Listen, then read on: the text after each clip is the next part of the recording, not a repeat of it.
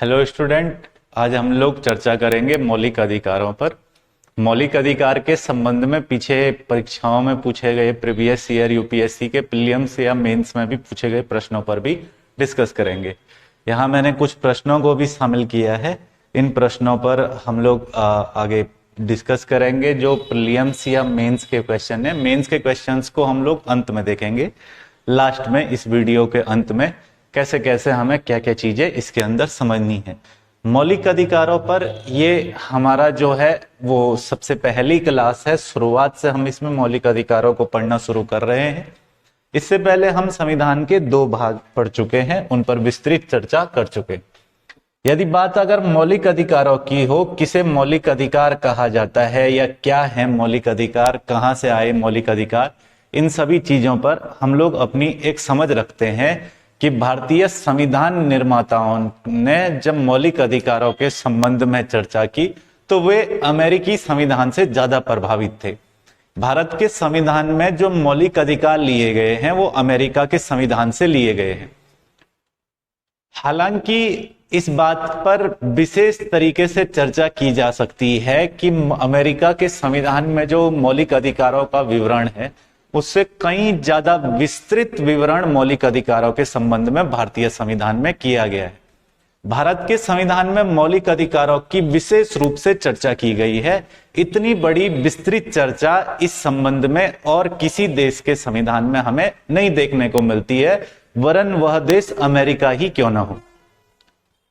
अगर मौलिक अधिकारों की बात करें तो मूल संविधान, जब हमारा संविधान लागू हुआ तो जो मूल संविधान था हमारा, उस मूल संविधान के अंतर्गत हमारे पास कुल 7 प्रकार के मौलिक अधिकार थे, जिनमें 6 मौलिक अधिकार जो आपको यहां दिखाई दे रहे होंगे, जैसे समानता का अधिकार, स्वतंत्रता का अधिकार, शोषण के विरुद्ध अधिकार, धार्मिक स्वतंत्रता का अधिकार हो गया, शिक्षा एवं संस्कृति संबंधी अधिकार हो गया और संवैधानिक उपचारों का अधिकार हो गया।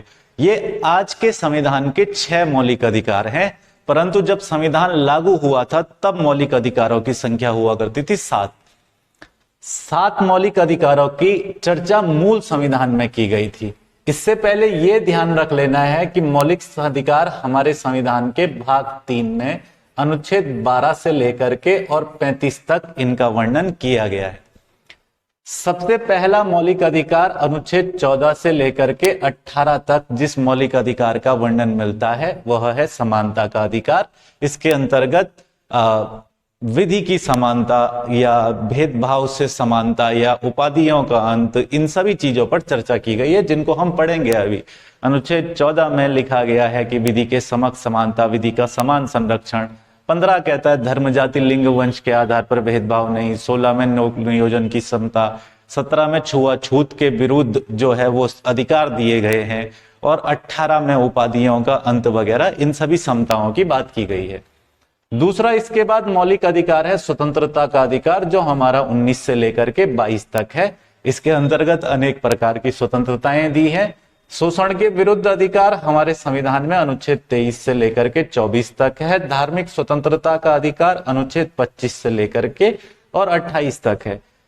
5वां हमारे पास जो है वो शिक्षा और संस्कृति से संबंधित अधिकार है, जो अनुच्छेद 29 और 30 के अंतर्गत विशेष रूप से दिए गए हैं।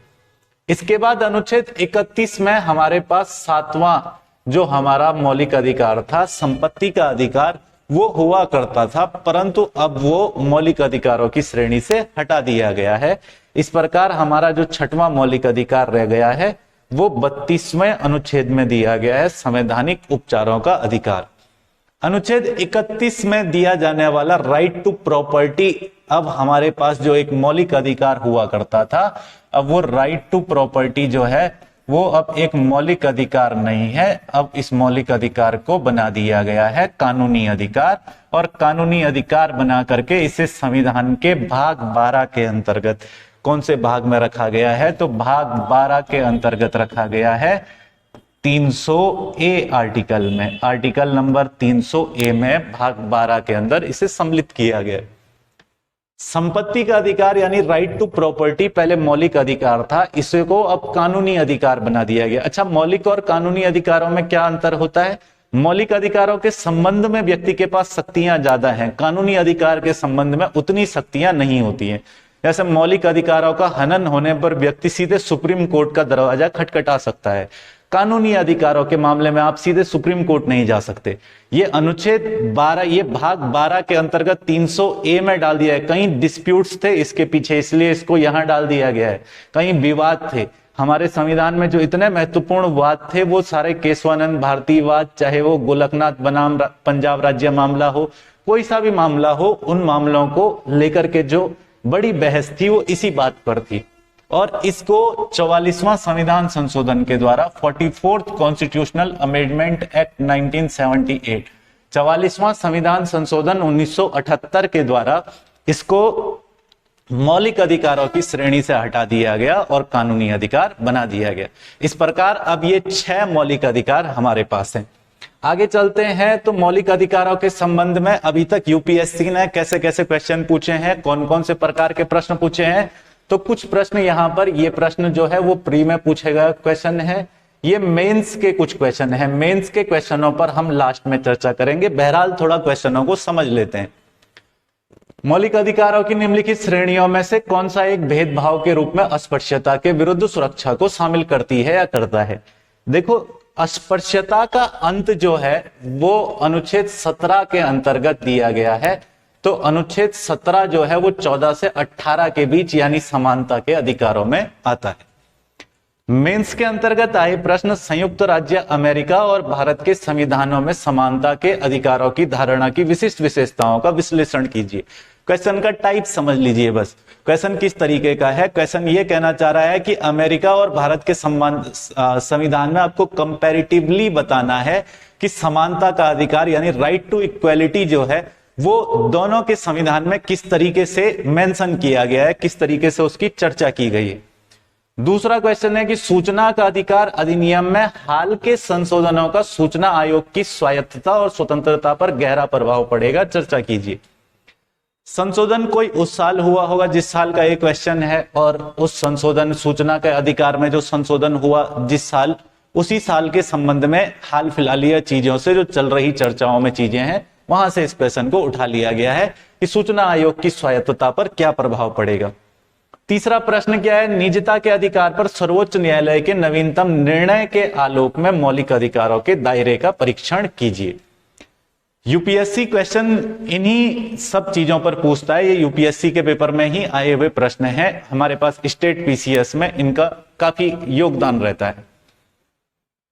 जब हम इस बात को थोड़ा ध्यान से समझें कि इन तीनों मेंस में आए क्वेश्चन में आप पहला क्वेश्चन देखोगे तो इस क्वेश्चन में कंपैरेटिवली बात की गई है कि भारत के संविधान में और अमेरिका के संविधान में हमें क्या क्या चीजें देखने को मिलेगी, दोनों में अलग अलग।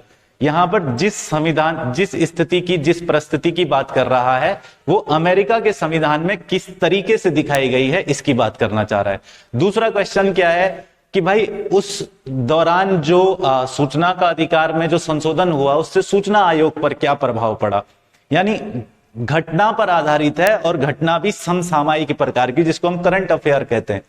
तीसरा यहां पे देखोगे तो निजता के अधिकार पर सर्वोच्च न्यायालय का नवीनतम निर्णय, यानी सुप्रीम कोर्ट ने जिस पर जजमेंट दिया वो हाल फिलहाल लिया, वैसा क्वेश्चन आया हुआ है। आगे हम लोग देखेंगे तो शुरू करते हैं हम लोग अपना मौलिक अधिकार। मौलिक अधिकार क्या है इनको समझना शुरू करते हैं। यहां जैसे कि दिया गया है कि संविधान के भाग 3 में अनुच्छेद 12 से और 35 तक मौलिक अधिकारों का विवरण है। ठीक है जी, भाग 3 के अंदर 12 से 35 तक मौलिक अधिकार दिए गए हैं, सभी को इस संबंध में जानकारी होगी। भारत के संविधान के भाग 3 को भारत का मैग्ना कार्टा कहा जाता है। बेसिकली मैग्ना कार्टा जो शब्द है ये फ्रेंच भाषा से लिया गया है और इसका प्रयोग किया गया ब्रिटेन में। फ्रेंच भाषा का शब्द है जिसको ब्रिटेन में यूज किया गया। मैग्ना कार्टा का मतलब क्या होता है? तो मैग्ना कार्टा का मतलब होता है अधिकार पत्र। हमारे संविधान का भाग 3 जो है उसे भारतीय संविधान का मैग्ना कार्टा कहा जाता है। कहां से आया ये अधिकार पत्र शब्द? तो 1215 में इंग्लैंड के राजा थे जॉन किंग, उन्होंने सामंतों के दबाव में जारी किया था। ये नागरिकों के मौलिक अधिकार से संबंधित पहला लिखित प्रपत्र था, इसीलिए आज मौलिक अधिकारों को मैग्ना कार्टा कहा जाता है।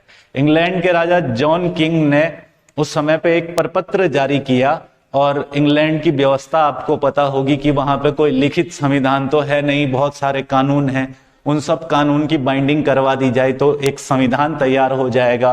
वो सब नियम हैं वहां पे बनाए गए।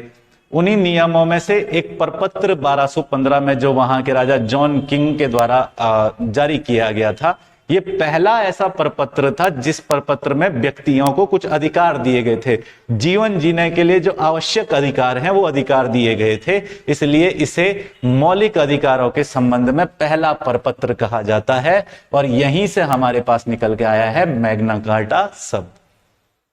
अगर यहां तक भी हम मौलिक अधिकारों को समझ लें, इतना केवल इन 4 लाइनों में मौलिक अधिकार को समझना काफी नहीं है, ये बड़ी संक्षिप्त व्याख्या है।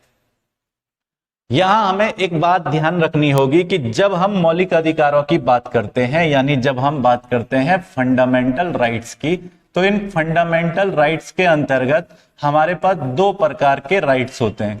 एक तो वे राइट्स जो सिटीजन को दिए जाते हैं केवल, और एक वो जो सभी को दिए जाते हैं, यानी विदेशियों को भी दिए हैं ऐसे मौलिक अधिकार। यानी मौलिक अधिकारों को भी 2 कैटेगरी में बांटा जा सकता है। एक तो वे मौलिक अधिकार जो केवल और केवल किसे दिए गए हैं, वे मौलिक अधिकार जो केवल और केवल विदेशियों को दिए, केवल और केवल भारतीयों को दिए हैं।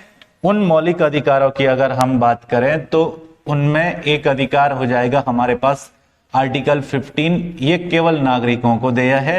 एक अधिकार हो जाएगा आर्टिकल 16, एक आर्टिकल इसके अलावा 16 के अलावा एक आर्टिकल 19, एक आर्टिकल जो केवल नागरिकों को दिया है वो है 29, और एक आर्टिकल है 30। ये जो 5 अनुच्छेद मैंने बताए, ये 5 अनुच्छेद केवल और केवल वो अनुच्छेद हैं या वो मौलिक अधिकार हैं जो केवल भारतीय नागरिकों को दिए जाते हैं। बाकी जितने मौलिक अधिकार हैं वो नागरिक और विदेशी दोनों को दिए जाते हैं। नागरिकों को 15, 16, 19, 29 और 30 ये मौलिक है। 15 में क्या है, धर्म, जाति, लिंग, वंश के आधार पर भेदभाव नहीं होगा। 16 में क्या है, लोक नियोजन की समानता। 19 में क्या है, स्वतंत्र राइट टू फ्रीडम, यानी स्वतंत्रता का अधिकार। 29 और 30 का संबंध तो विदेशियों से वैसे भी नहीं है। 29 में अल्पसंख्यकों की शिक्षा का अधिकार है, संस्कृति का अधिकार है, शिक्षा और संस्कृति के अधिकार। 30 में क्या है, अगर वो अपना कोई शिक्षण संस्थान खोलते हैं तो सरकार उन्हें अनुदान देगी। तो 29-30 का तो वैसे भी संबंध नहीं है विदेशियों से, परंतु ये तीनों आर्टिकल भी केवल और केवल नागरिकों को दिए जाते हैं। बाकी सारे जितने मौलिक अधिकार हैं वो नागरिक और विदेशी दोनों को दिए हैं। इस क्वेश्चन को ध्यान रखेंगे, यहां से हमारे पास प्रश्न अभी हाल फिलहाल के एक पेपर में पूछ लिया गया था। आगे चलें अगर, तो सबसे पहला मौलिक अधिकारों की शुरुआत जहां से होती है अनुच्छेद 12 से। अनुच्छेद 12 से 35 तक मौलिक अधिकार दिए गए हैं, लेकिन पहला मौलिक अधिकार अनुच्छेद 14 से आएगा जो समानता का अधिकार है। तो 12 और 13 जो है ना, वो 2 अनुच्छेदों में कोई अधिकार नहीं दिए गए हैं, ये 2 अनुच्छेदों में दी गई है परिभाषा। जैसे हम किसी भी चीज को सबसे पहले पढ़ना शुरू करते हैं तो सबसे पहले उसकी परिभाषा आती है, ऐसे ही मौलिक अधिकार अनुच्छेद 12 में 12 से शुरू हो रहे हैं। तो अनुच्छेद 12 में क्या दी गई है, राज्य की परिभाषा दी गई है, डेफिनेशन ऑफ स्टेट। स्टेट किसको कहेंगे हम यहाँ पे, जब भी हम राज्य की बात करते हैं तो राज्य शब्द जो है ना वो हमारे दिमाग में 2 तरीके का एक धारणा बनाता है। एक तो भैया राज्य या स्टेट किसको कहा जाएगा, एक तो हम बोलेंगे कि एक तो स्टेट ऐसा स्टेट हो गया जैसे यूपी एक स्टेट है, उत्तराखंड एक स्टेट है, बिहार एक स्टेट है, हरियाणा एक स्टेट है। ये तो कुछ तो एक ऐसे राज्य है ना, जैसा मतलब अरस्तु ने कहा था निश्चित भूभाग, क्षेत्रफल, जनसंख्या हो तो वो राज्य है। एक तो वो राज्य हो गए। दूसरा, राज्य का मतलब अनुच्छेद 12 का किससे है, तो राज्य का मतलब अनुच्छेद 12 का इन सभी से तो है ही है। इनके अतिरिक्त आर्टिकल 12 क्या कहना चाह रहा है कि what is the definition of state. Definition of state में सबसे पहली बात अनुच्छेद 12 ये कहता है कि भारतीय संसद से लेकर के राज्यों की विधानसभा तक नगर पालिका से लेकर के पंचायतों तक, या फिर किसी गैर संवैधानिक आयोग से लेकर के संवैधानिक आयोग तक, जैसे वित्त आयोग है, संवैधानिक आयोग है, गैर संवैधानिक इकाई जैसे कोई भी गैर संवैधानिक इकाई है, जैसे steel authority of India limited, SAIL जिसको हम कहते हैं, ओएनजीसी है, oil and natural gas corporation limited है, समझ रहे हो बात को, या एनटीपीसी है, नेशनल थर्मल पावर कॉरपोरेशन वगैरह, इन सबको भी मिला दें, संवैधानिक है या निजी है, प्राइवेट है, कैसी भी कंपनियां हैं, भारत क्षेत्र में जितने आयोग, जितनी इकाई, जितना हमारा कार्यपालिका, विधायिका, नगर पालिका, नगर पंचायत, जितनी भी चीजें हैं, वो सब के सब आ जाते हैं राज्य के अंतर्गत। इस राज्य की बात करता है अनुच्छेद 12। आर्टिकल 12 इस प्रकार के राज्य को दर्शाता है। तो यहां राज्य का मतलब केवल एक राज्य से नहीं है, यहां राज्य का मतलब है संपूर्ण भारत का राज्य क्षेत्र, जिससे पूरे देश को दिखाया जाता है। भारतीय राज्य क्षेत्र की बात कर रहा है, यानी भारतीय संघ राज्य की मैं यहां पर चर्चा देख सकता हूं 12 में। 12 तो क्लियर हो गया, इसमें राज्य की परिभाषा है। राज्य क्या है? तो सभी संसद, कार्यपालिका, विधायिका, सब जितने आयोग, संवैधानिक, गैर संवैधानिक आयोग हैं, जितनी इकाइयां हैं, उन सबको किस में रखा जाएगा? राज्य में रखा जाएगा। अनुच्छेद 13 क्या कहता है? तो 13 में भी कोई बहुत बड़ी बात नहीं है, 13 की हम बहुत पहले भी बहुत चर्चा कर चुके हैं। तो 13 क्या कह रहा है कि भारतीय संविधान का अनुच्छेद 13 घोषित करता है कि मौलिक अधिकारों से असंगत या उनका अल्पीकरण करने वाली विधियां शून्य होगी। मान करके चलो कि आज केंद्र सरकार ने कोई कानून बनाया और उस कानून में 10 पॉइंट हैं, 10 प्रकार की बातें उस कानून के अंतर्गत लिखी गई हैं। इन 10 में से 2 बातें ऐसी हैं जो मौलिक अधिकारों का हनन करती हैं। तो इसका मतलब ये कानून केवल और केवल 8 बातों के साथ जो है वो पारित किया जाएगा। ये विधेयक 8 बातों के साथ, 8 पॉइंट के साथ ही अधिनियम बन पाएगा। ये पूरे के पूरे 10 पॉइंट के साथ अधिनियम नहीं बनेगा। क्यों? क्योंकि आर्टिकल 13 इंडियन कॉन्स्टिट्यूशन का आर्टिकल 13 क्या कह रहा है? कह रहा है ऐसा कोई भी कानून नहीं रहेगा या ऐसा कोई भी लॉ नहीं रहेगा जो किसी भी तरीके से हमारे फंडामेंटल राइट्स को बाउंडेशन देता हो, उन्हें एक बाउंड्री में बांधता हो, उन्हें एक सीमांकन के अंदर खड़ा कर देता हो। ऐसा कोई भी लॉ नहीं रहेगा, चाहे वह कानून आजादी से पहले ही क्यों ना बना हो। अंग्रेजों के समय से बने आ रहे बहुत सारे कानून हैं, आईपीसी, सीआरपीसी, कौन सा हमने बनाया? अंग्रेज बना करके दिए हमको सब कुछ ये। तो ये सारा कानून जो है वो व्यवस्था अंग्रेजों के समय से चली आ रही है। उसमें भी कोई ऐसा कानून नहीं रखा जाएगा जो कानून मौलिक अधिकारों को सीमित करता हो। इस मामले में एक केस सुप्रीम कोर्ट में आया था, सायरा बानो का केस। उन्होंने कहा था कि 3 तलाक से उनका लाइफ एंड पर्सनल लिबर्टी का जो मामला है वो समाप्त होता है, जो कि आदमी का मौलिक अधिकार है, व्यक्ति का मौलिक अधिकार है, life and personal liberty article 21 के तहत। तो सायरा बानो सुप्रीम कोर्ट में गई, उन्होंने ग्राउंड रखा कि भाई 3 तलाक में भी तीसरे प्रकार का जो तलाक है, तलाक बिद्दत, 3 तलाक भी 3 प्रकार के होते हैं, तलाक हसन, तलाक अहसन और तलाक बिद्दत। यानी इंस्टेंट ट्रिपल तलाक जो है वो मुस्लिम महिलाओं के जीवन शैली को प्रभावित करता है तुलना में हिंदू महिलाओं की जीवन शैली के।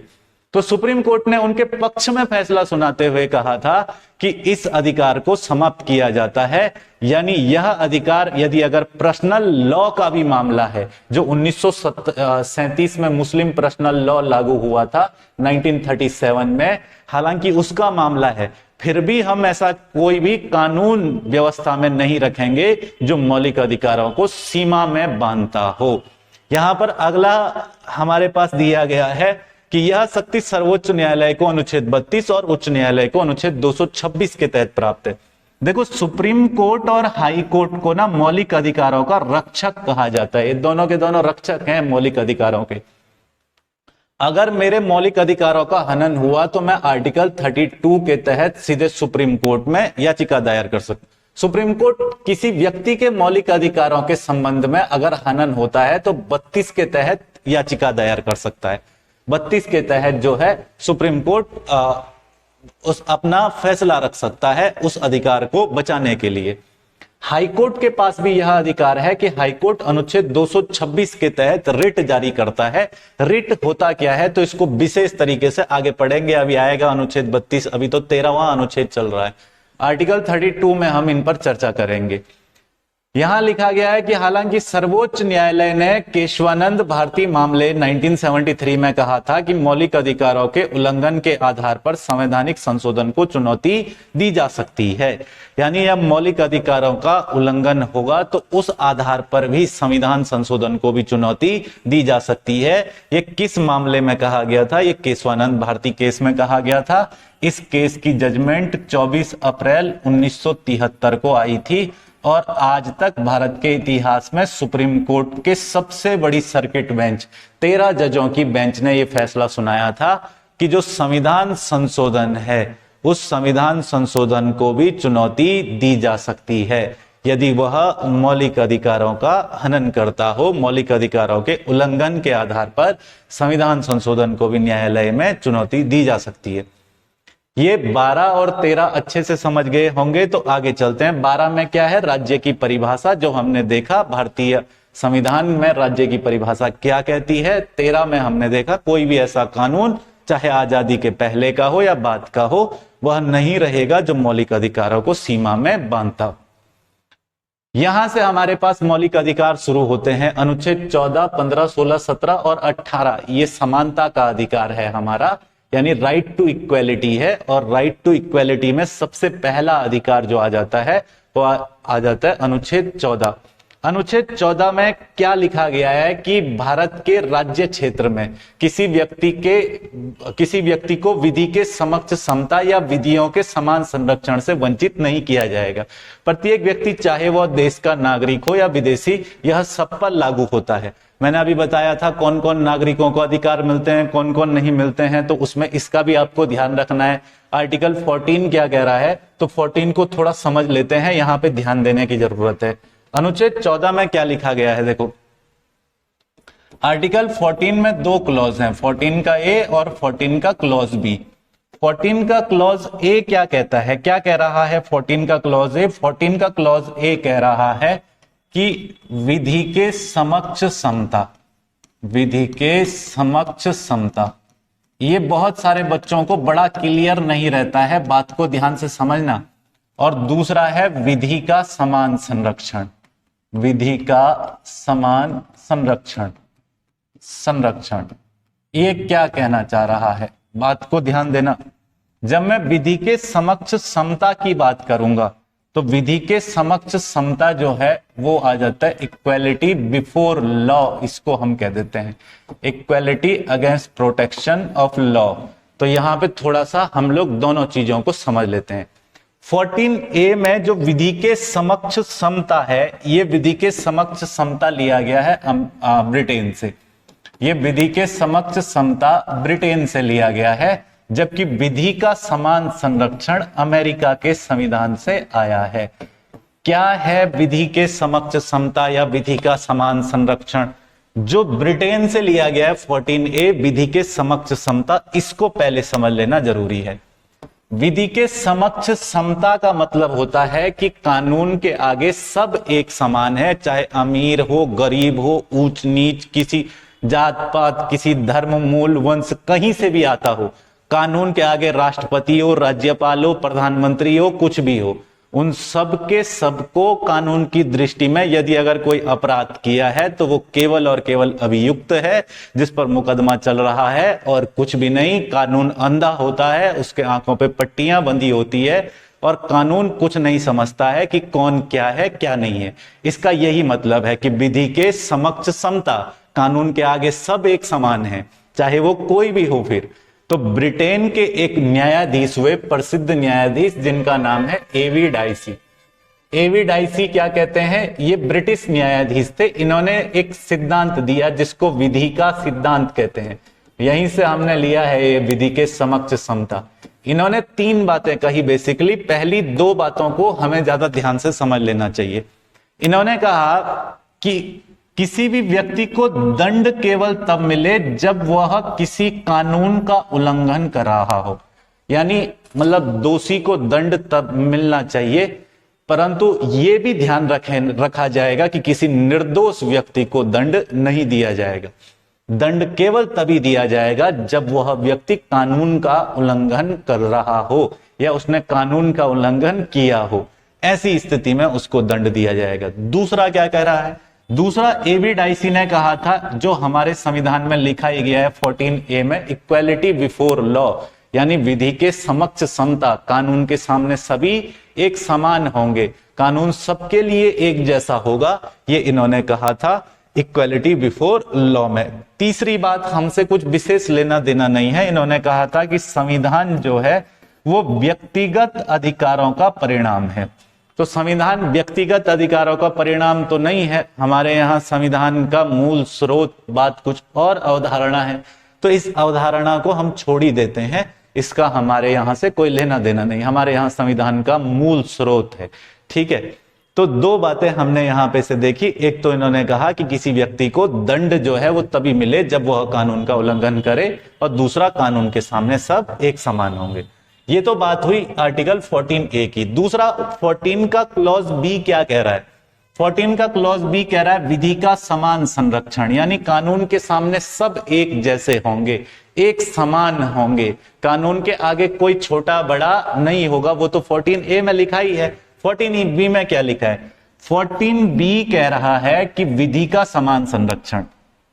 विधि का मतलब होता है कानून, और कानून का सभी को इक्वल प्रोटेक्शन मिलेगा। जैसे मैं कहना चाहूं, मतलब अगर इसके लिए कोई उदाहरण मैं लेना चाहूं, यहां पे मान के चलो हम सबके पास एक राइट है, right to information act, RTI जिसको हम कहते हैं, ये 2005 में आया था।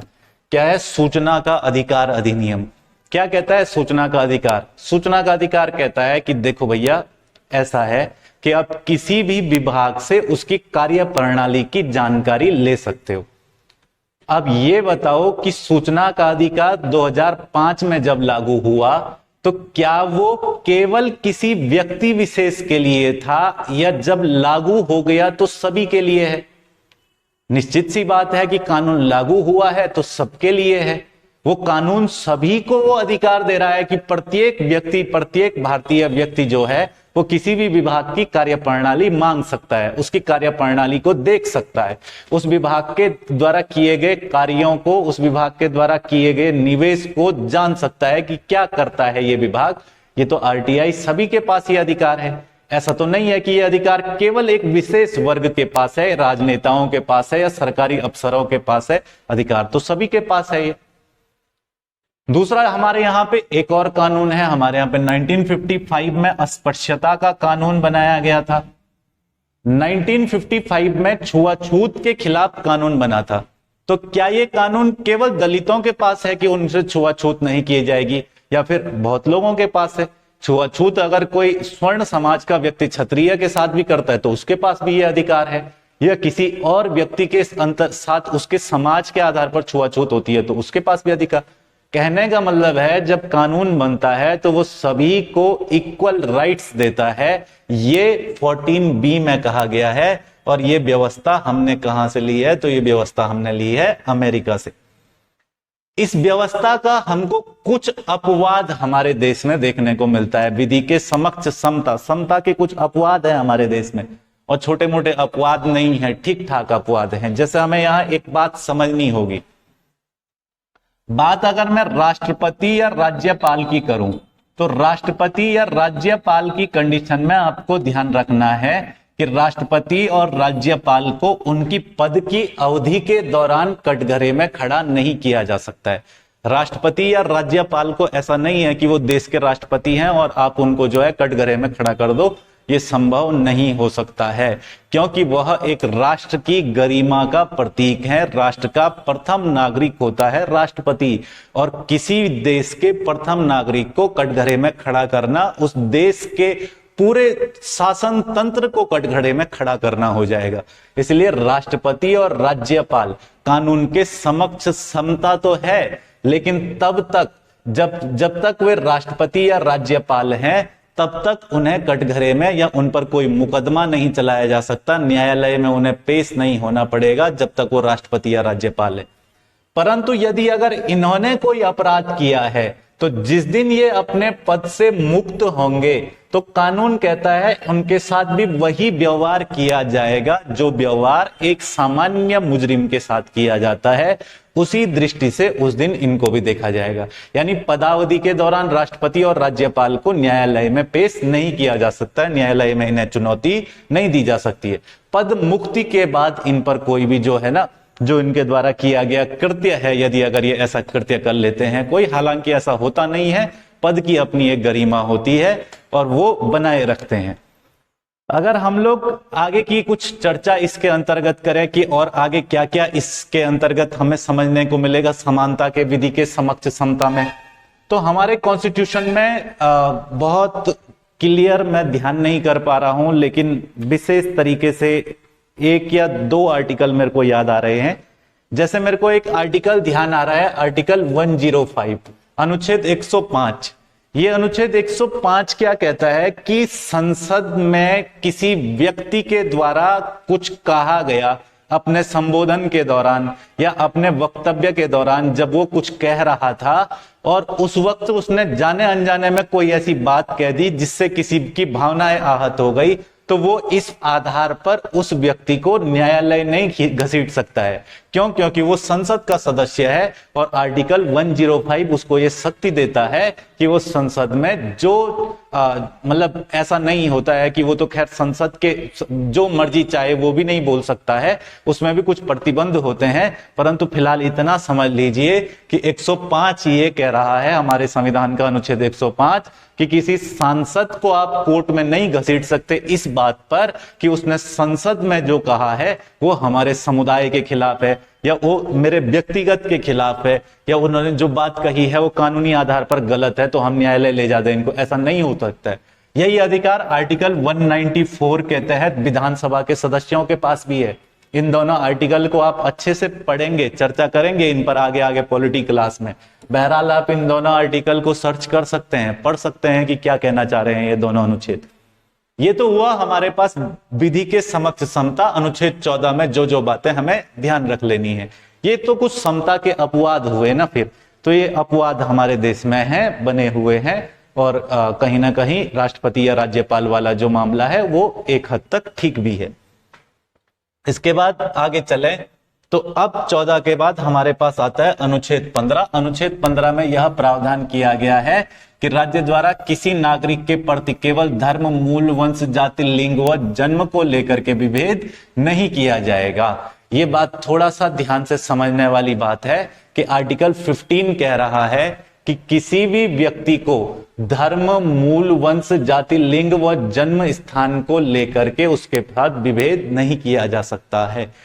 15 के आर्टिकल के अंदर वैसे 6 क्लॉज हैं। इन 6 क्लॉज में जो तुमको मोटा मोटी बात ध्यान रख लेनी है उनको थोड़ा ध्यान से समझो। 15 कह रहा है कि धर्म के आधार पर, धर्म यानी कोई हिंदू है, मुसलमान है, सिख है, जैन है, ईसाई है, पारसी है, कुछ भी है, ऐसे व्यक्ति को मतलब इनके बीच में भेदभाव नहीं किया जा सकता। मूल वंश के आधार पर, मूल वंश मतलब अगर कोई औरंगजेब के खानदान का है तो हम ऐसा तो नहीं बोलेंगे ना कि तेरे दादा ने बड़ा अपराध किया था, आजा तेरे को ही पकड़ लेते हैं, वो तो रहा नहीं अब। तो मूल वंश के आधार पर भी किसी के साथ नहीं किया जा सकता है। जाति के आधार पर कोई स्वर्ण है, कोई दलित समाज से है, कोई क्षत्रिय समाज से है, तो ऐसा नहीं है कि जाति के आधार पर किसी के साथ कोई भेदभाव किया जा रहा हो राज्य द्वारा, यानी राज्य नहीं करेगा यह भेदभाव। अगला क्या है कि जन्म स्थान को लेकर के, जन्म स्थान से भी कई लोगों के साथ भेदभाव होता है, हालांकि ये मौलिक अधिकारों में लिखा गया है कि ये अपराध है, ऐसा भेदभाव नहीं किया जा सकता है। जन्म स्थान के आधार पर मतलब जैसे आप लोग देखते होंगे कि कोई पूर्वोत्तर राज्य का अगर कोई बच्चा है तो आधा तो उसको पूरे देश में मतलब केवल इस नाम से जाना जाता है, आज लोग उसको केवल इसलिए चढ़ाते हैं चाइना वाला जैसा दिखता है। हालांकि ये चीज ठीक नहीं है। वो जिस क्षेत्र से आता है वहां की भौगोलिक दशाएं ऐसी है कि उसके शारीरिक संरचना की बनावट ऐसी है, उसमें ऐसी कौन सी बड़ी बात की मतलब पूरे देश में उसको जहां जहां वो जाएगा उसको जन्म स्थान के आधार पर लोग टॉर्चर ही करते रहेंगे, है ना। मतलब अगर कोई कहीं किसी क्षेत्र से, जैसे बिहार से आने वाला कोई व्यक्ति है तो बिहार से आने वाला क्या कहते हैं, बिहारी है ना। तो जन्म स्थान के आधार पर भी किसी के साथ कोई भेदभाव नहीं किया जाएगा, ये आर्टिकल 15 कह रहा है। इस 15 में बहुत सारी बातें हैं, फिलहाल आपको ध्यान रखना है कि 15 के क्लॉज 6 में आर्थिक आधार पर आरक्षण, 15 का जो क्लॉज 6 है, बात को ध्यान से सुनना, अनुच्छेद 15 का क्लॉज 6, 15 के क्लॉज 6 में क्लॉज 6 को अनुच्छेद 100 संविधान संशोधन 103 के द्वारा जोड़ा गया। 103वां जो संविधान संशोधन है उसके द्वारा 15 में क्लॉज 6 जोड़ा गया, जो आर्थिक आधार पर 10% आरक्षण की बात करता है। यानी ईडब्ल्यूएस का जो आरक्षण है वो 15 के क्लॉज 6 में लिखा गया है और इसको 103वें संविधान संशोधन के माध्यम से जोड़ा गया है। हालांकि ये इसी के अंदर आता है, कोई इस बात को लेकर न्यायालय नहीं जा सकता कि भाई जब सबके साथ राज्य समान व्यवहार करेगा तो आरक्षण क्यों दे रहा है। आरक्षण जो है ना वो पॉजिटिव डिस्क्रिमिनेशन है, ठीक है, इसलिए वो एक समाज के आधार पर उस व्यक्ति को मुख्य धारा में लाने का कार्य है। तो अनुच्छेद 15 में उसकी व्यवस्था की गई है। अनुच्छेद 16 क्या कह रहा है कि सार्वजनिक नियोजन के विषय में अवसर की समानता रहेगी। भारतीय संविधान के अनुच्छेद 16 के अनुसार राज्य के किसी पद के अधीन नियोजन या नियुक्तियों के संबंध के विषय में सभी नागरिकों के लिए अवसर की समानता होगी। आर्टिकल 16 कहना चाह रहा है कि सार्वजनिक नियोजन के विषय में अवसर की समानता, यानी अगर सरकारी नियुक्तियां किसी राज्य सरकार के अंदर या केंद्र सरकार के अंदर होती है तो उसमें सभी व्यक्ति विशेष, सभी समुदायों को, सभी व्यक्तियों को बराबरी का मौका मिलेगा। अच्छा, ये अनुच्छेद थोड़ा ध्यान से समझो तो बात इसकी अच्छे से समझ आएगी। आप कह रहे हो कि अनुच्छेद 16 कह रहा है कि सबको सरकारी नौकरी में मौका मिलेगा, ठीक है, सबको अवसर की समानता मिलेगी, लेकिन यही अनुच्छेद के अंतर्गत हमारे पास आरक्षण की बात फिर से उठ जाएगी। हम कहेंगे कि अगर सभी को समानता मिलेगी सरकारी नियुक्तियों में तो फिर आरक्षण ऐसा क्यों करता है कि एक समाज विशेष के व्यक्तियों को ऊपर उठा देता है। आपके दिमाग में भी ये प्रश्न आएगा। तो यहां कहा गया है कि भैया आर्टिकल 16 जो है ना वो नियुक्ति से संबंधित, नियोजन तथा नियुक्ति से संबंधित केवल अवसर की समता देता है, चयनित होने की समानता नहीं देता है। अवसर की समानता और नौकरी देने की समानता में बहुत अंतर है। यानी फॉर्म भरने का सबके पास बराबर अधिकार है, उस परीक्षा के लिए आवेदन सारे कर सकते हैं। ये अनुच्छेद ये दावा नहीं करता है कि सभी को नौकरी दी जाएगी। और अगर आरक्षण की बात करें तो आरक्षण को इसके अंतर्गत सम्मिलित किया गया है। कहा गया, ये व्याख्या दी जाती है कि वो एक समाज को या एक मुख्य क्षेत्र के अंतर्गत उस चीज को लाने के लिए आवश्यक है, इसलिए इसमें वो अंतर्निहित है। तो इसको लेकर के कभी मन में कोई डाउट नहीं रखना है। 15 में क्या है, धर्म, जाति, लिंग, वंश के आधार पर कोई भेदभाव नहीं होगा। 16 के अंतर्गत क्या है कि सरकारी नियुक्तियों में सबको बराबरी का मौका मिलेगा। अनुच्छेद 17 क्या कह रहा है, अस्पृश्यता को समाप्त करने की व्यवस्था और किसी भी रूप में इसका आचरण निषिद्ध करता है। अस्पृश्यता से उपजी किसी नियोग्य को लागू करना अपराध होगा जो विधि के अनुसार दंडनीय होगा। बहुत लंबी चौड़ी बात कह दी, इस बात को थोड़ा सा ध्यान से समझना। देखो, अस्पृश्यता के लिए ना हमारे यहाँ एक कानून बना है, अस्पृश्यता का कानून 1955 में, अभी मैं चर्चा कर रहा था उस कानून के बारे में ही। तो 1955 में जो कानून बना है अस्पृश्यता के संबंध में, दरअसल उस कानून को कई सारे बार अलग तरीके से उसकी व्याख्या की गई है, परंतु हम ध्यान से देखें तो ना तो अनुच्छेद 17 में लिखा गया अस्पृश्यता को संविधान में कहीं परिभाषित किया गया है, ना उस अधिनियम में कहीं अस्पृश्यता शब्द को परिभाषित किया गया। अस्पृश्यता है क्या? अब अस्पृश्यता तो कई सारे तरीके से, अगर हम लोग देखें तो छुआछूत की बात तो कई सारे तरीके से निकल करके आती है। अस्पृश्यता के अंत में हम लोग ये कह सकते हैं कि भैया यह अनुच्छेद छुआछूत के अंत का दावा कर रहा है, परंतु अगर 1955 के अधिनियम को देखें तो इसको नागरिक अधिकार अधिनियम दर्जा नाम दिया गया था, जो 55 में आया था। इस अधिनियम में भी तो यही कहा कि छुआछूत का अंत कर दिया जाएगा। कुल मिलाकर के इस अनुच्छेद का मतलब यह है, पर इस बात का ध्यान रखना है कि ना तो अधिनियम में 1955 में जो अस्पृश्यता के संरक्षण के लिए इसके लिए अधिनियम बना था, ना इस अधिनियम में कहीं अस्पृश्यता शब्द को परिभाषित किया है, ना संविधान में परिभाषित किया है। यहां लिख रहा है कि भारतीय संविधान का अनुच्छेद 18 उपाधियों का अंत करता है। आर्टिकल 18 के अंतर्गत क्या है, तो किसी विशेष प्रकार की उपाधियां वगैरह नहीं रखी जाएगी। अच्छा, एक बात का और ध्यान रखना है आपको, एक मामला बड़ा प्रसिद्ध मामला है जिसको हम लोग कहते हैं PUDR बनाम भारत संघ मामला। PUDR क्या है, तो public union for democratic rights, एक मामला है जो सुप्रीम कोर्ट में आया था 1982 के आसपास, 1982 का मामला है। इस मामले को थोड़ा सा ध्यान से समझना। मामला क्या है, तो मामला मैंने कहा people union for democratic rights, PUDR versus union of India, versus union of India.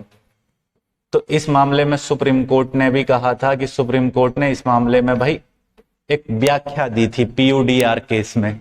1982 का केस है ये आर्टिकल 72 से ही संबंधित है, public union for democratic rights versus union of India. इसमें सुप्रीम कोर्ट ने एक बात कही थी, सुप्रीम कोर्ट ने कहा था कि निजी व्यक्ति और राज्य का संवैधानिक दायित्व होगा कि इस अधिकार के हनन को रोकना जरूरी है। यानी निजी व्यक्ति, एक प्राइवेट व्यक्ति का भी ये जिम्मेदारी बनती है और सरकार की भी ये जिम्मेदारी बनती है कि वो इस बात को ध्यान रखे कि किसी के साथ छुआछूत ना हो, छुआछूत के अंत का ध्यान रखे, छुआछूत की जो प्रणाली है उसको समाप्त करने का प्रयास करे। ये इस जजमेंट में सुप्रीम कोर्ट ने कहा था। अनुच्छेद 18 के संबंध में कहा गया है कि 18 में लिखा गया है उपाधियों का अंत, और उपाधियों के अंत से यहां पर एक प्रश्न है कि इस संबंध में कौन सा प्रावधान किए गए हैं। राज्य, सेना या शिक्षा संबंधी सम्मान के अलावा कोई उपाधि प्रदान नहीं करेगा, ठीक है। कोई भी व्यक्ति किसी विदेश राज्य से कोई उपाधि भारत के राष्ट्रपति की सहमति के बिना स्वीकार नहीं कर सकता। दोनों सही है, एक और दो दोनों सही हैं। कहने का मतलब अनुच्छेद 18 में क्या है कि आप किसी प्रकार की कोई उपाधि धारण नहीं कर सकते हैं, उपाधियों का अंत कर लिया जाएगा। इसमें भी एक मामला है सुप्रीम कोर्ट में, मामले का थोड़ा सा बालाजी राघवन केस, एक मामला है सुप्रीम कोर्ट में, बालाजी राघवन केस। ये केस आया था 1985 में, 1985 में। इस केस में क्या जजमेंट दी थी सुप्रीम कोर्ट ने?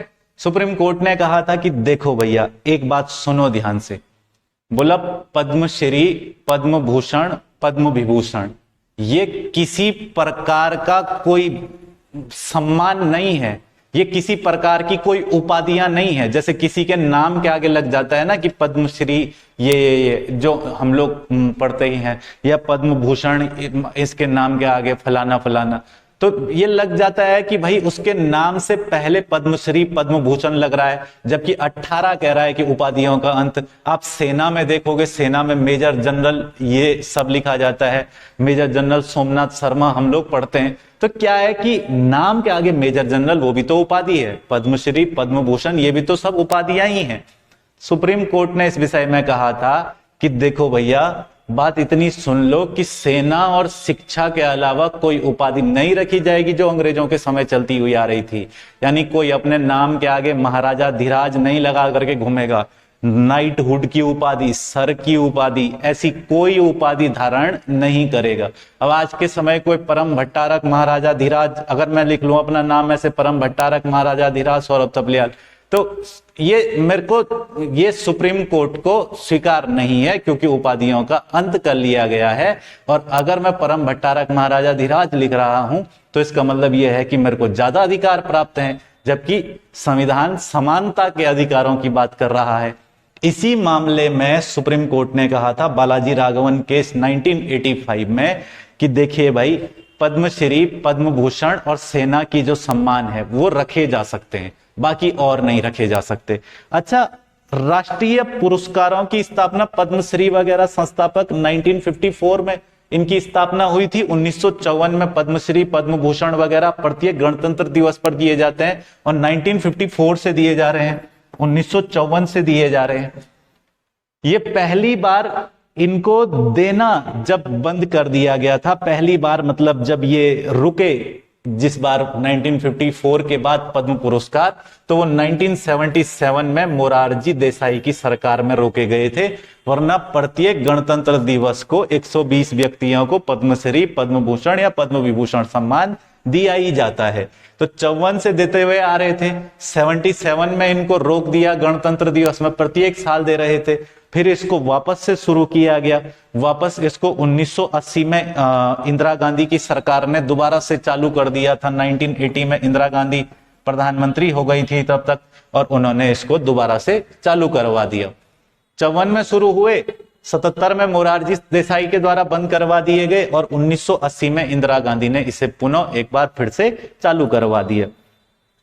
बाकी इन पर कुछ आंशिक रोक लगती रही। 1978 में, जैसे 1978 के वर्ष में कोई पद्म पुरस्कार नहीं दिए गए, 1979 में भी नहीं दिए गए, 1993 में भी नहीं दिए गए, और 1997 में भी नहीं दिए गए। इस समय कोई पद्म पुरस्कार नहीं दिए गए इन संक्षिप्त रोकों के अलावा। बाकी प्रत्येक वर्ष गणतंत्र दिवस पर 26 जनवरी को ये पुरस्कार दिए जाते हैं। ठीक है, यहां तक तो हमारे पास हो गया समानता का अधिकार। समानता के अधिकार के बाद हमारे पास अगला मौलिक अधिकार आता है, जिसको हम लोग कहते हैं, कुछ प्रश्न वगैरह पर चर्चा करेंगे बाद में। हमारे पास अगला मौलिक अधिकार आता है स्वतंत्रता का अधिकार, समानता के अधिकार के बाद। अच्छा, पीछे समानता का अधिकार कहां से कहां तक था? 14 से 18 तक। 14 में विधि के समक्ष समानता, विधि का समान संरक्षण। 15 में धर्म, जाति, लिंग, वंश के आधार पर किसी के साथ कोई भेदभाव नहीं किया जा सकता है। 16 के अंतर्गत क्या है? लोक नियोजन में समानता, यानी सरकारी सेवाओं में सबको अवसर की समानता मिलेगी। 17 में क्या है? अस्पृश्यता का अंत, और 18 में क्या है? उपाधियों का अंत। ये तो हमारे समानता से संबंधित मौलिक अधिकार हो गए। और अब हमारे पास मौलिक अधिकार हैं किससे संबंधित? स्वतंत्रता से संबंधित, यानी राइट टू फ्रीडम, जिसको हम लोग कह सकते हैं स्वतंत्रता का अधिकार। क्या क्या आ जाता है स्वतंत्रता के अधिकारों में? अनुच्छेद 19 में कई प्रकार के स्वतंत्रता के अधिकार दिए गए हैं। जैसे आर्टिकल 19 में सबसे पहले वाक और अभिव्यक्ति की स्वतंत्रता दी गई है। आपके पास बोलने की स्वतंत्रता है, ये 19A के सब क्लॉज ए में है, 19 फर्स्ट के सब क्लॉज ए में है। 19(1) का क है, 19(1) का सब क्लॉज ए है, ये 19(1) का सब क्लॉज बी है, ये 19(1) का सब क्लॉज सी है। ये सब बातें 19 के अंदर ही दी हुई है ABCD लिख करके। 19(1) का क्लॉज ए, 19(1) का क्लॉज बी, 19(1) का क्लॉज सी, ऐसा लिखा गया है। तो आप इसको समझ लीजिएगा अपने तरीके से। सबसे पहले क्या है? वाक और अभिव्यक्ति की स्वतंत्रता का अधिकार। वाक और अभिव्यक्ति की स्वतंत्रता यानी बोलने की स्वतंत्रता, सरकार के विरोध में बोलने की स्वतंत्रता, सरकार के कार्यों के विरोध में बोलने की स्वतंत्रता, या समर्थन में बोलने की स्वतंत्रता जो है वो संविधान देता है। अभिव्यक्ति की भी स्वतंत्रता देता है। अभिव्यक्ति की स्वतंत्रता कई सारे तरीकों से देता है। आपकी अभिव्यक्ति की स्वतंत्रता को अगर मैं बहुत अच्छे तरीके से परिभाषित करूं तो भाई, आपकी अभिव्यक्ति की स्वतंत्रता है कि आप इंटरनेट पर कुछ पोस्ट कर सकते हैं। ये स्वतंत्रता है आपकी कि आप इंटरनेट पर कुछ लिख सकते हैं, मीडिया में कुछ लिख सकते हैं। आप फिल्म बनाना चाहते हैं तो फिल्म बना सकते हैं। ये मेरी अभिव्यक्ति की स्वतंत्रता है कि मैं वीडियो रिकॉर्ड कर पा रहा हूं। इससे बड़ी अभिव्यक्ति की स्वतंत्रता क्या है? और मतलब अभिव्यक्ति की स्वतंत्रता में मैं ये कह सकता हूं कि मैं किसी पार्टी को समर्थन देता हूं तो मैं उस पार्टी का झंडा लहरा सकता हूं। मैं किसी देश की टीम, अगर भारत की टीम मैच जीत गई है तो मैं भारत का झंडा लहरा सकता हूं। ये मेरी अभिव्यक्ति की स्वतंत्रता है। व्यक्तिगत स्वतंत्रताएं हैं जो मेरे को संविधान का अनुच्छेद 19(1) देता है स्वतंत्रता का अधिकार के तहत। दूसरा है शांतिपूर्ण सम्मेलन में भाग लेने की स्वतंत्रता का अधिकार। मैं किसी सम्मेलन में शांतिपूर्ण तरीके से भाग ले सकता हूं, किसी भी सम्मेलन के अंतर्गत। यानी इसके ध्यान रख लेना है तुमको, शांतिपूर्वक तरीके से सम्मेलन में स्वतंत्रता का अधिकार के अंतर्गत हमको CRPC 1973 का धारा 144 पता होगी सबको, है ना? 144 का हनन ना हो तो उस स्थिति में इस मौलिक अधिकार को समाप्त किया जा सकता है।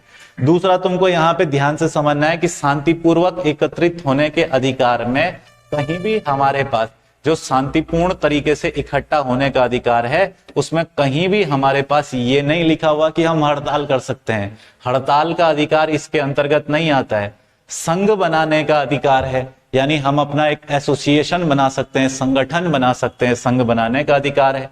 भारत के संपूर्ण क्षेत्र में आबाद संचरण की स्वतंत्रता आपके पास है कि आप भारत के किसी भी क्षेत्र में आवागमन कर सकते हैं, आ जा सकते हैं, स्वतंत्रता का अधिकार है। भारत के किसी भी क्षेत्र में बसने का अधिकार है आपके पास, बसने के अधिकार के बाद अब इसके अलावा आपके पास निवास करने का अधिकार है।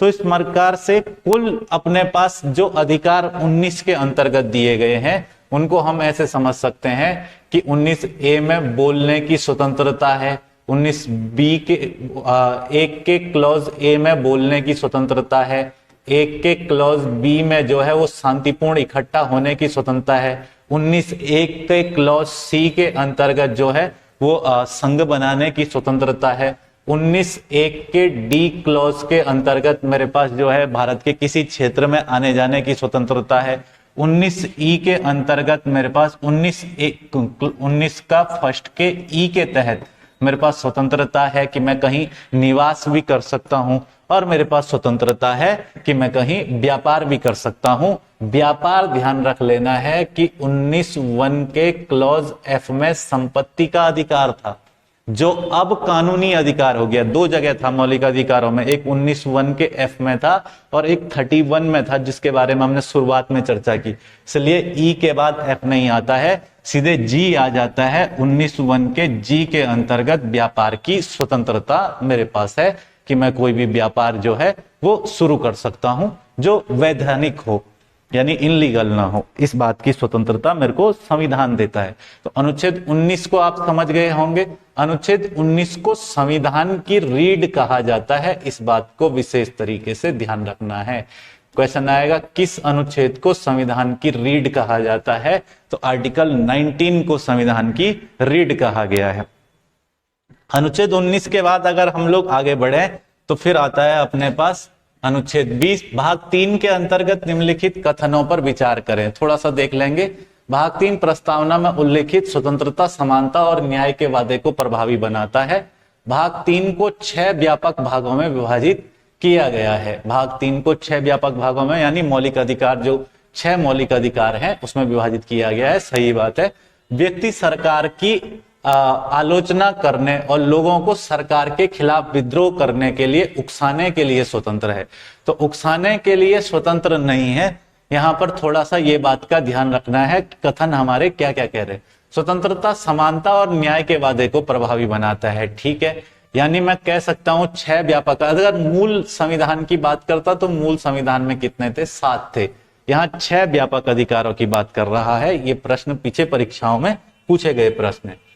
अगला देखेंगे तो अनुच्छेद 20। अनुच्छेद 20 क्या कहता है कि अपराध के लिए दोष सिद्धि के संबंध में संरक्षण। किसी भी आयुक्त या दोषी करार दिए गए व्यक्ति, चाहे वो देश का नागरिक हो या विदेशी कंपनी व परिषद या कानूनी व्यक्ति हो, को मनमाने और अतिरिक्त दंड से संरक्षण प्रदान करना।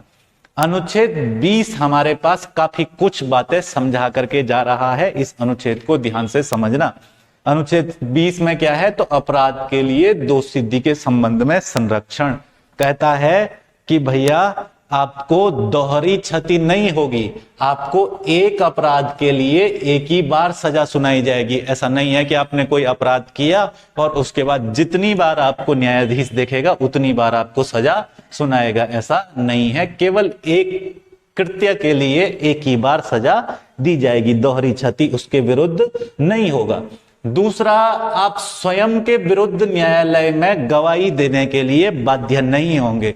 दरअसल होता क्या है कि अगर मान करके चलो कि आपको जो है पुलिस कस्टडी में रखा गया है, पुलिस कस्टडी में आपको बहुत ज्यादा अगर इस तरीके से टॉर्चर किया गया है कि भाई तुमको न्यायालय में यही बोलना है, जैसे पुरानी पिक्चर में होता था ना कि कोर्ट में चुपचाप ये कहना कि ये गुनाह मैंने ही किया है और मेरे को इसकी सजा चाहिए, तो खुद के विरुद्ध गवाही नहीं दी जा सकती है। ये केवल पिक्चर में होता है, हकीकत में नहीं होता है। पुरानी पिक्चरों में तुमने देखा होगा कहना कि गुंडा बोल देता है पहले ही कि कोर्ट में जाओगे तो चुपचाप जज के सामने ये कहना कि हाँ ये जुर्म मैंने ही किया है, अब मैं ही इसका मतलब हकदार हूं, मुझे सजा सुना दीजिए।